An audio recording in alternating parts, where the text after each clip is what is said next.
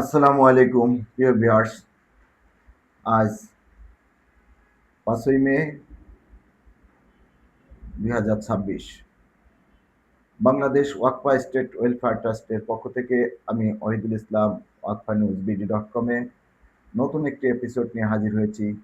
দেশ এবং দেশের বাইরে থেকে যে যেখান থেকে দেখছেন এবং শুনছেন সবাইকে সুস্বাগত।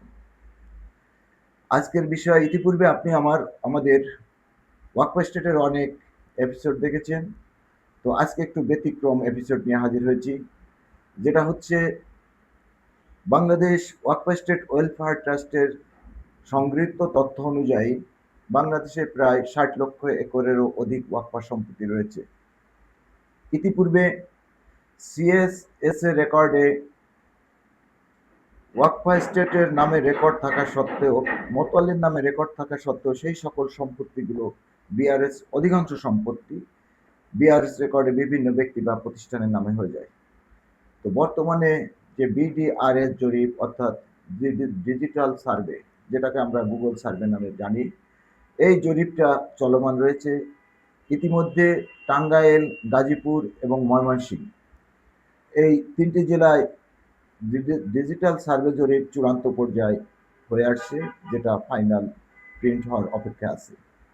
এই 93টি মৌজায় প্রায় 35,000 থেকে 40,000 একর পরিমাণ ওয়াকফা সম্পত্তি রয়েছে, যে সম্পত্তিগুলো ইতিমধ্যে আমাদের বেহাত হয়ে যাওয়ার উপক্রম হয়ে গেছে।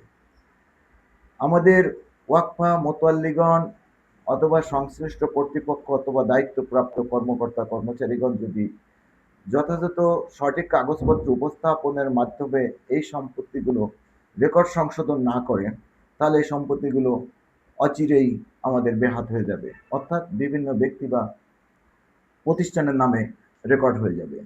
যার পরিপ্রেক্ষিতে আমাদের পূর্বপুরুষগণ যারা মহৎ উদ্দেশ্যে দুনিয়াতে মানব কল্যাণের জন্য ইহকালে শান্তি এবং পরকালে নাজাতের লক্ষ্যে এই সম্পত্তি, বিশাল পরিমাণ সম্পত্তি দান করে গেছেন, তাদের এই সম্পত্তি আমরা যদি রক্ষণাবেক্ষণ সঠিকভাবে না করি, তাহলে তাদের প্রতি আমরা দায়িত্ব অবহেলা বা এর জন্য হয়তোবা আমাদেরও জবাবদিহি করতে হবে যারা আমরা আছি।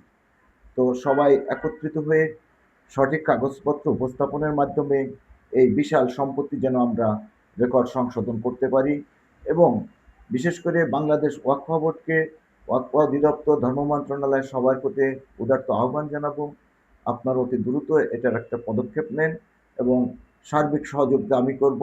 আমার কাছে এই সকল সম্পত্তির নকশা, ম্যাপ এবং সকল কাগজপত্র আমি অলরেডি সংরক্ষণ করেছি। তাই আমাদের সেই ধর্মীয় চেতনা, মহানবী হজরত মোহাম্মদ রসুল্লাহ সাল্লাহ আলাইসাল্লামের সেই সৃষ্ট ওয়াকফা আমরা বাস্তবায়ন করার জন্য, মানব কল্যাণের জন্য কাজ করে যাচ্ছি। সবাই একত্রিত কাজ করার সুযোগ পাই, সবাই সহযোগিতা কামনা করি। ধন্যবাদ। আমি ওয়াহিদুল ইসলাম সবার কাছে আজকের এপিসোড থেকে বিদায় নিচ্ছি। আসসালামু আলাইকুম ওয়া রাহমাতুল্লাহ ওয়া বারাকাতুহু।